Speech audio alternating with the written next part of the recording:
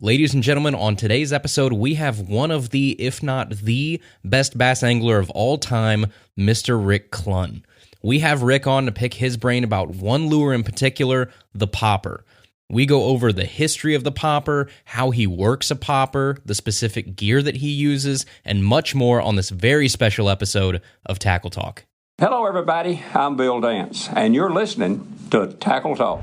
All right, ladies and gentlemen, let's get to today's episode. You heard it in the intro. We have the man himself, Mr. Rick Clunn.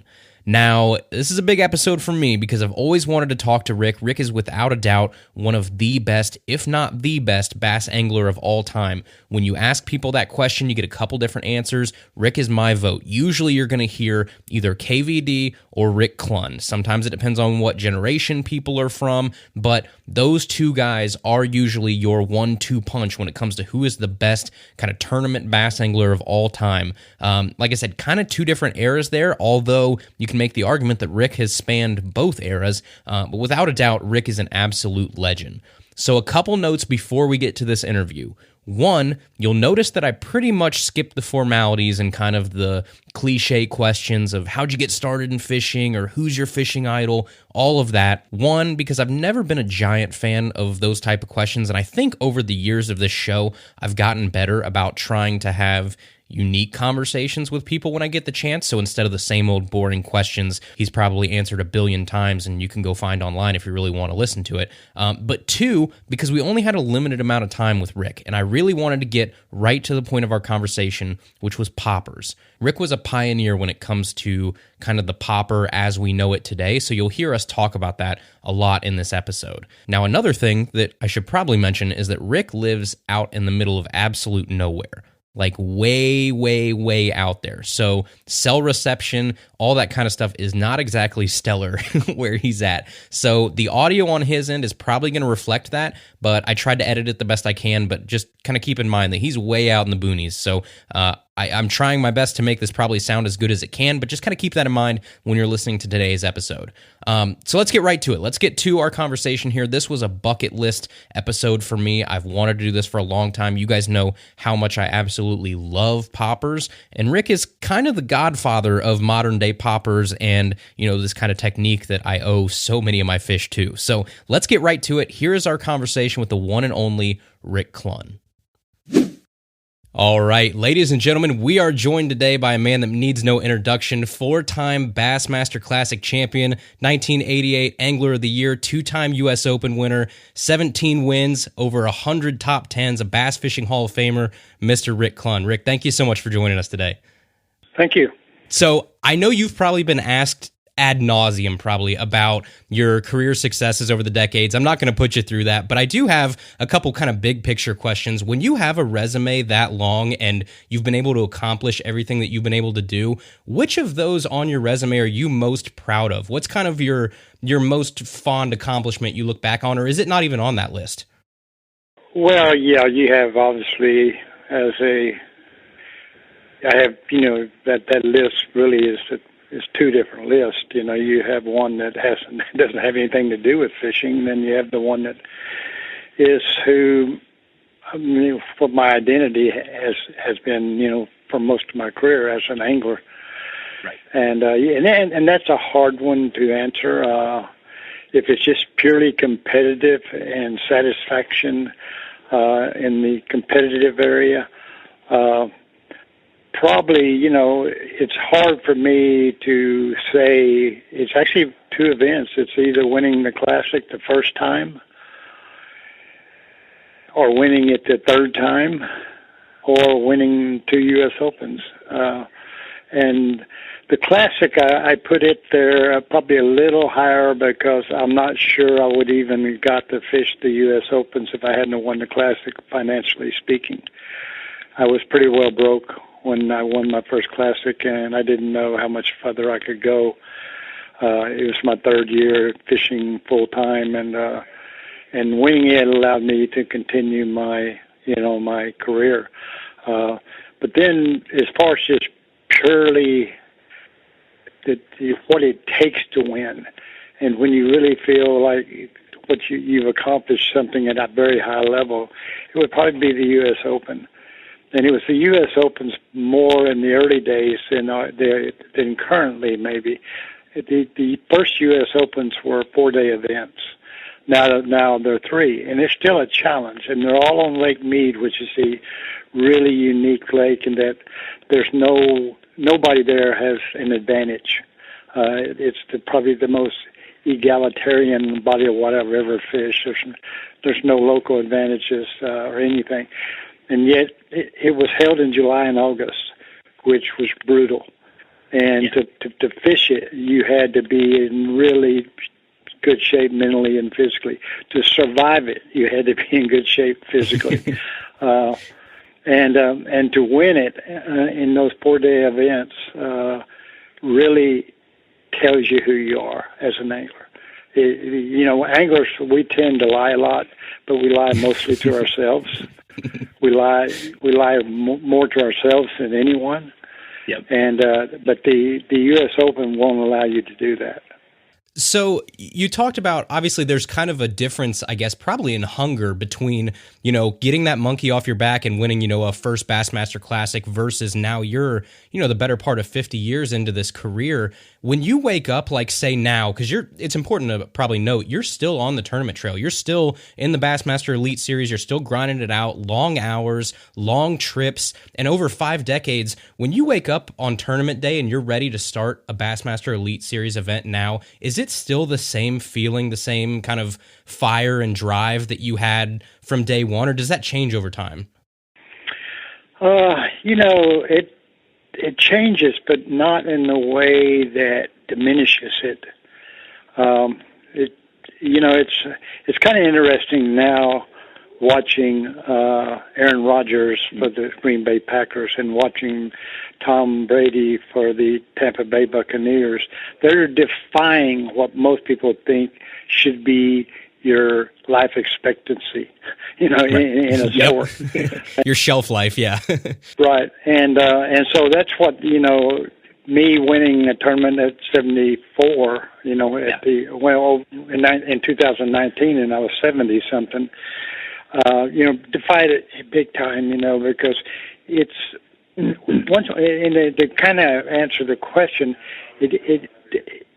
it changes, but once I get on the water, I love it every bit as much as I ever have. It remains that incredible puzzle and one thing is COVID has taught me more than anything else, because COVID has forced us to sit around too much. Things have been canceled, postponed, and what I've learned is, especially at my age, what keeps you alive is challenging your mind and challenging your body. And fishing, that's what fishing does most for me, even at my age. It continues to challenge me mentally and physically. And that's what makes me feel very alive. And whereas sitting around and being off for 3 months when they were canceling all the tournaments, your body literally at this age, at my age, starts to shut down. Even young people, the mind starts to shut down if they're not being challenged. Mm-hmm. So it's still every bit as much. Once I'm on the water, now off the water, the business of fishing, the other things about it can be kind of I don't enjoy it as much, obviously, but once I get on the water, it's all back to when I was 6 years old. So I guess I want to talk to you a little bit about a very specific technique. This is Tackle Talk. We obviously love to talk tackle. It's pretty self-explanatory. But for you, I don't think there's any better human on earth for me to have the chance to pick their brain about my absolute favorite lure of all time. Anybody that listens to this show knows that I'm a sucker for it. It's the PopR. And specifically the Rico. You, sir, are the reason why I can no longer throw $3 poppers anymore. Once I threw the Rico, I fell in love with it, and it was kind of backwards. I fell in love with it. I wasn't around in the days when, all you had was chuggers, so I didn't really get to see this kind of transition from chuggers to, you know, the PopRs to now, you know, the Rico and the back and forth there. I just used this Rico and I had to go backwards and figure out why I liked it so much. And then I dove into your videos kind of explaining the history of the Rico and, you know, obviously the history of the PopR. And I want to kind of dive a little bit deeper into that because it's a really, really interesting story, and it's a lure that I think has fallen out of popularity a little bit with modern anglers, and I don't really know why, because I think it's one of the most versatile topwater baits out there. So for starters, way back in the day, before the PopR, before traditional poppers came around, you guys had chuggers, and they weren't poppers like we think of today. They had a very different mouth that I would probably compare for modern anglers more of like a hula popper almost, where there was a big top lip and a big bottom lip. When you were little, I'm assuming that was probably what was around, right? Was chuggers, not poppers. At what age did you start throwing a chugger? I had threw them in Texas. The main one was called the Pico Pop, and it was basically exactly what you described. It was a popper. It had a lower lip that was large as well as the upper. And you worked it, you know, most of the time fairly slow. Pop, let it sit, let the ripples, you know, disappear, and then, you know, pop it again. And of course, everybody had a little bit different cadence in doing that, but nobody fished it fast that I knew back then. And Texas, the hot water lakes, Lake Falcon, and all of those. The San Antone guys were masters at the you know, the popper. I really when I was guiding, I was actually introduced to the PopR, which now is what the Rico was designed after, the original PopR, by one of my clients, and he would pull it out and fish it. He probably hired me a half a dozen times a year, all different months. And he would pull it out and fish it, and he fished it different. But then the one thing that caught my attention was the summer. He fished it incredibly fast. And I'd never seen it fished that way. And it was hot. It was in the summer. The best time to fish it at that speed. Now, he fished it, you know, similar to the popper other times of the year. But at that time of year, and I would say early summer to late fall, he fished it incredibly fast. He didn't fish it any other way. And then when I really watched it, it wasn't really popping the way he fished it. It was spitting. In fact, if it was popping, you were making a mistake. And and then of course, you know, this technique, he backed it up with it that he would catch fish in hot weather that I wouldn't believe you could get a fish hit a topwater. And so that's why I fell in love with it, because in the old days, what everybody called the dog days of summer was terrible fishing in Texas. It's hot down there, kind of like Lake Mead. And but that bait would bring, and you never thought about fishing a topwater during that time of year, except maybe right off the bat early in the morning or right before dark.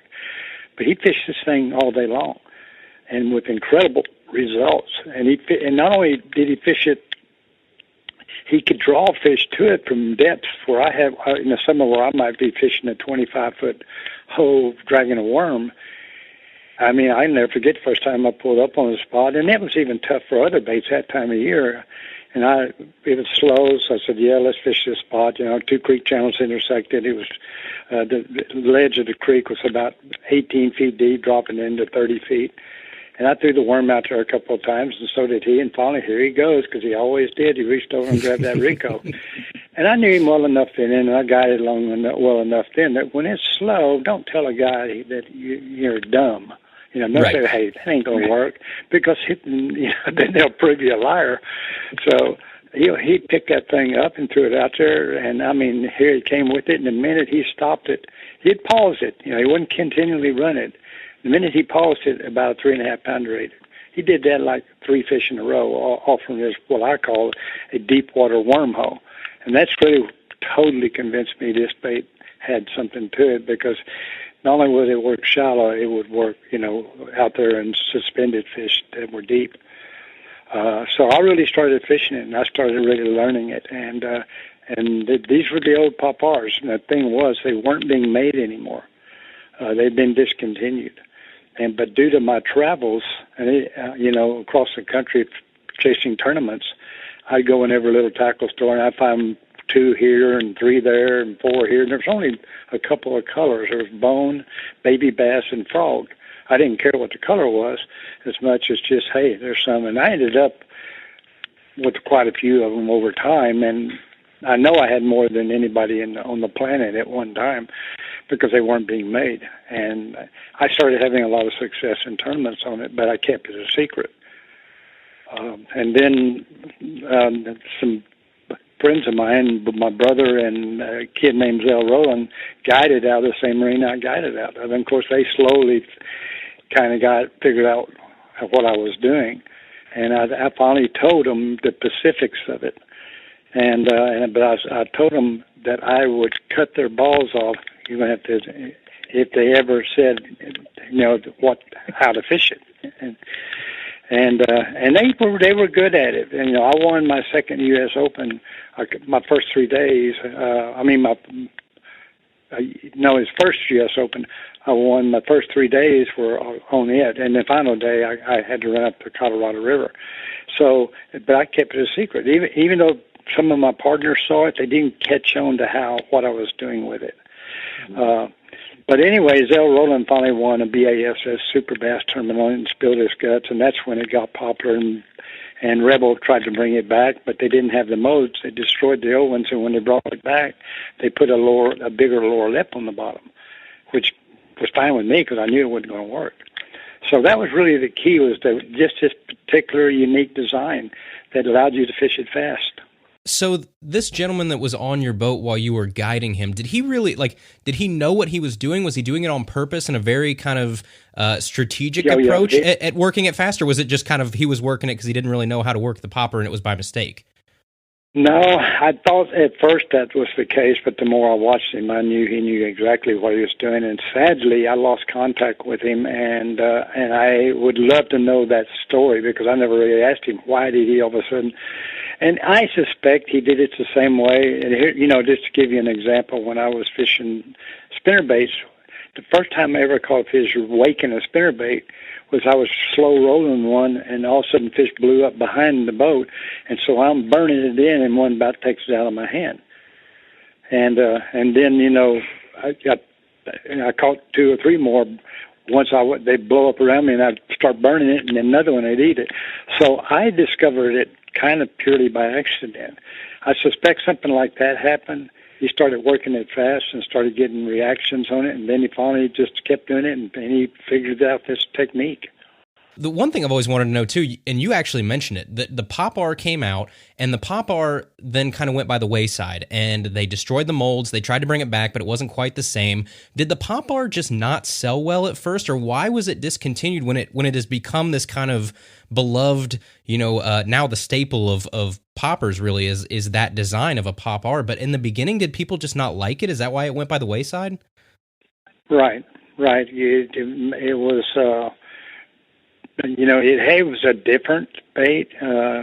It tended to, it wasn't, it's typical to a lot of the guys that would fall in love with a certain bait and then they're discontinued and somebody brings it out. The Wigglewort's one of the best examples, and they bring it out and think they can improve it, and yet everybody loved the old one, even though the old one was goofy. And that's kind of what happened with this bait, was that it didn't follow the pattern of the Rico, of the original chuggers, the Pico Pops, and like you mentioned, the baits you mentioned earlier. It didn't follow that pattern. It was more like a Lucky 13, but it wouldn't run under like a Lucky 13. Right.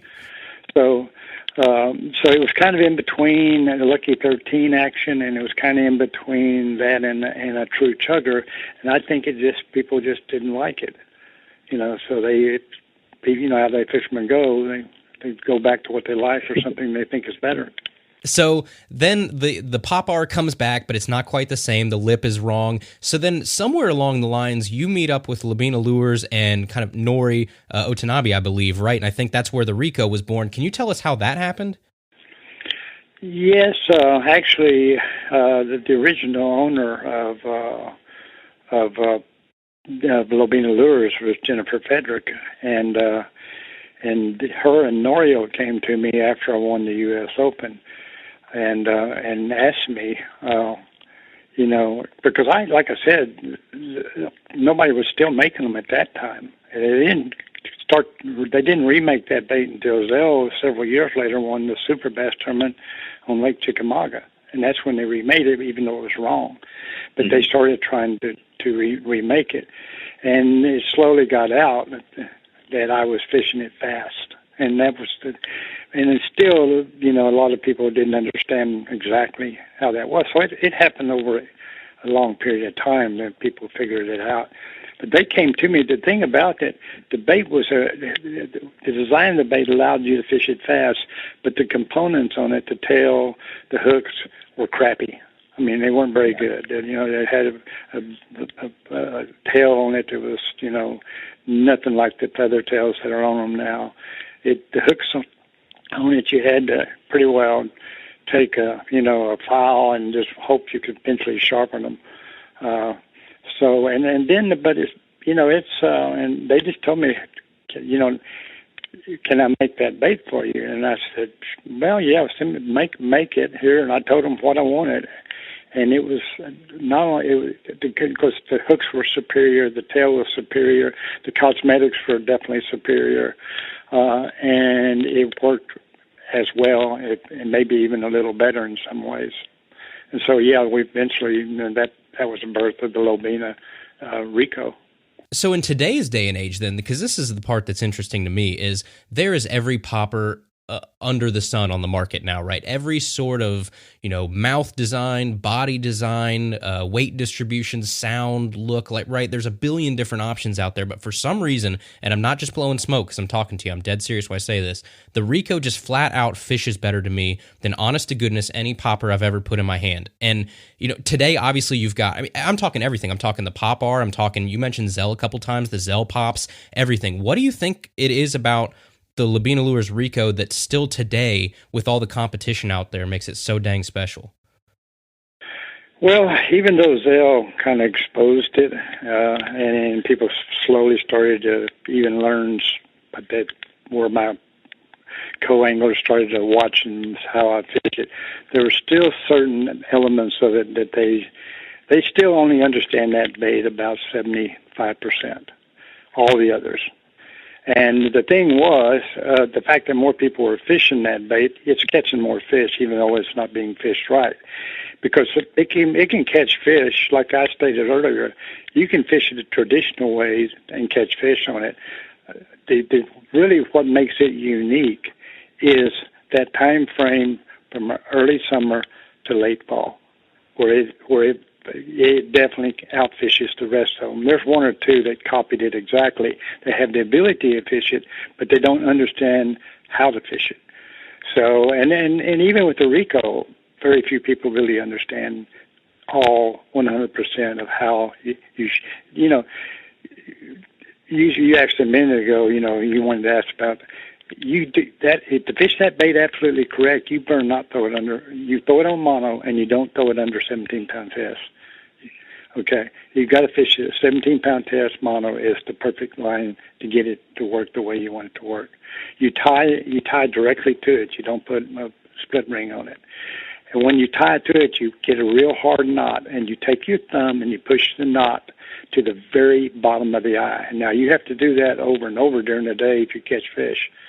And then it works exactly. That's the other 25%. And then just learning the sound of the bait, and the wrist action, and it's a combination of wrist action and the way you spin the handle that gets it to work perfectly. And then learning the right cadence with it, the stop and go cadence. So you're tying directly to no O-ring, no snap under any circumstances, and heavy mono. So what's the point of the obviously I know mono floats. I understand that that's probably where you're going with that, but what is it about the heavy mono that gives you a different, I guess, motion from it than, say, a 14 or a 12-pound mono? It just floats better. Right, and that's the whole key. The biggest mistake is that and again, I'm fine tuning. I'm micro managing it, So, but I want it up there, and I want it spitting. I don't want it skipping out of the water, and I don't want it diving under. So you got to keep that fine line between the two, which is a combination of everything we're talking about. I think I've even seen somewhere, and forgive me if I'm wrong, but I think I either read this or saw this somewhere. You leave a pretty big tag end on this too, right? Yes. What's the point of that, or is there a point to leaving a bigger tag end versus cutting No, it super close to the don't knot? exaggerate that. It's again to keep it up, and Okay. and I don't want to overplay that because that can be tricky. Is the tag up? Is the tag sideways? Yeah. Is the tag down?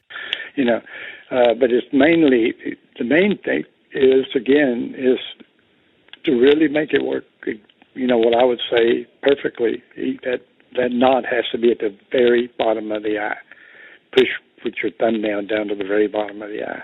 If you look at it, and then it's going to create a curve when it leaves the bait. Good point. So I fish a lot of rivers. I fish a lot of, creeks and rivers where I'm in the water, where I'm wading, where I have one rod with me, where I'm switching really quickly. So I do have a lot of snaps on my gear and things like that. But I've seen you, and I don't think I've ever seen you throw this on a spinning rod. Do you ever throw it on a spinning rod, or is it always casting gear? I personally cannot work it anywhere near correctly on a spinning rod. Okay. I can't create the risk action. I can't create the risk action I need. And I can't create there's a risk action, and then there's a real handle turning action that have to work in harmony, and you have to see it because I cannot explain it to you. Yeah. So what power rod and what gear ratio reel are you usually running for this? 6-to-1 and a heavy action 7-foot rod. Okay. So you're throwing a regular size Rico on a heavy rod. Yes, the small one. Got it. See, that's something I think a lot of people wouldn't think of. I think a lot of people think of a little finesse pop, and it's sort of a finesse popper, right? It's not a giant one unless you go for the Rio Rico. But I think a lot of people think that they have to throw that on lighter gear, and it's interesting to hear you. And obviously you're not, and it's working, and it's great, and it's one of those things that I think I'm anxious to try. I would like to do that because it goes against what I normally go toward, which I'm a Midwest finesse angler, so I usually downsize my gear, but throwing that on a heavy rod could be interesting. Well, and I'm not going to say that's the perfect, Yeah. matching set. But it's irrelevant. The only reason I throw it on that is, and if you ever get in the boat with me, the only time I am dangerous with hooking somebody in the boat is when I'm throwing a Rico on that long rod, because I usually dangle about twice as much line as I would normally dangle before I make my cast. And it's so because a lot of people, and that's why they go to the lighter equipment, is because they can't get any distance with that smaller bait on a casting rod. So you might be able to do that without dangling that line if you match the perfect action rod, and the fast tips or whatever. I fished that bait back in my time in my career when I pretty well fished one rod for everything. I didn't really change rods. Yeah, you were a heavy rod guy. Yeah, I used the heavy action. I'm a power guy. I'm using the heavy action 7 to 7'6" rod for everything, flipping all the way down to throwing the light stuff.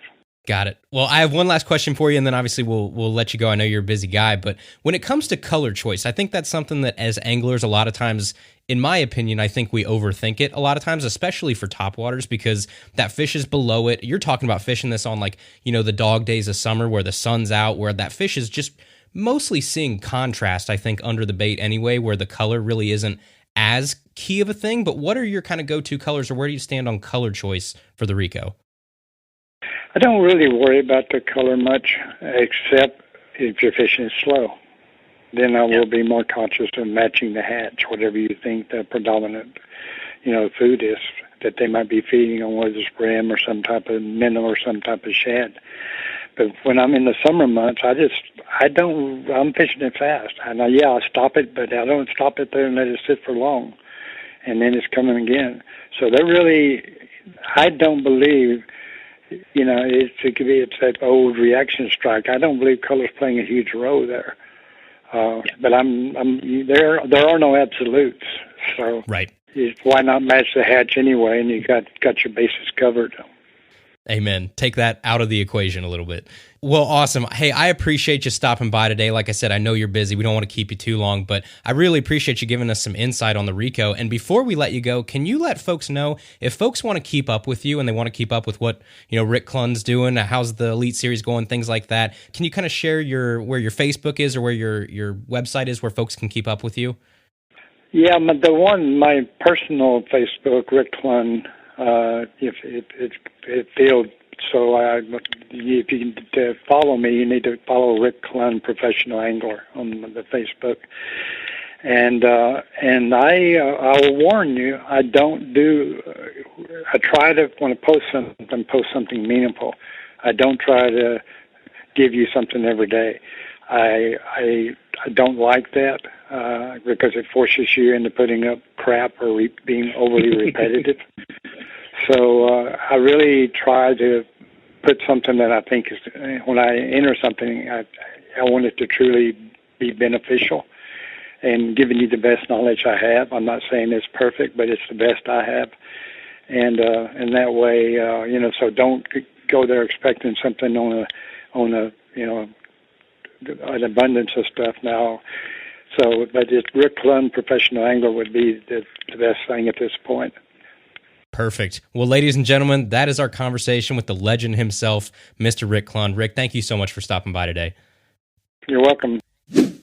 All right, ladies and gentlemen, that was our conversation with the one and only Rick Clunn. I can't thank him enough for taking the time to do this episode. I'm always blown away with these kind of episodes because, again, right, they have no obligation to do these episodes. Folks like Ike and Ellie or Bill Dance or all of these people just have no reason to talk to some random kid in a spare bedroom talking about fishing by himself, but they do, and I'm super, super grateful for it because then I get to share it with you guys, and it just kind of puts a lot of smiles on people's faces. So I can't thank Rick enough. I also want to thank Labina Lures and Brian over there for helping set this up. This has been a long time coming, and I wouldn't have been able to do it without them. So Labina Lures, obviously the type of popper that Rick has now put his name behind and helped design, was really the catalyst for this episode. So thank you to Rick, thank you to Labina, thank you to everybody that's listening. I appreciate you guys a ton. Feel free to subscribe wherever you listen to podcasts. We drop episodes every single Tuesday, and we will see you back here next Tuesday for another brand new episode of Tackle Talk.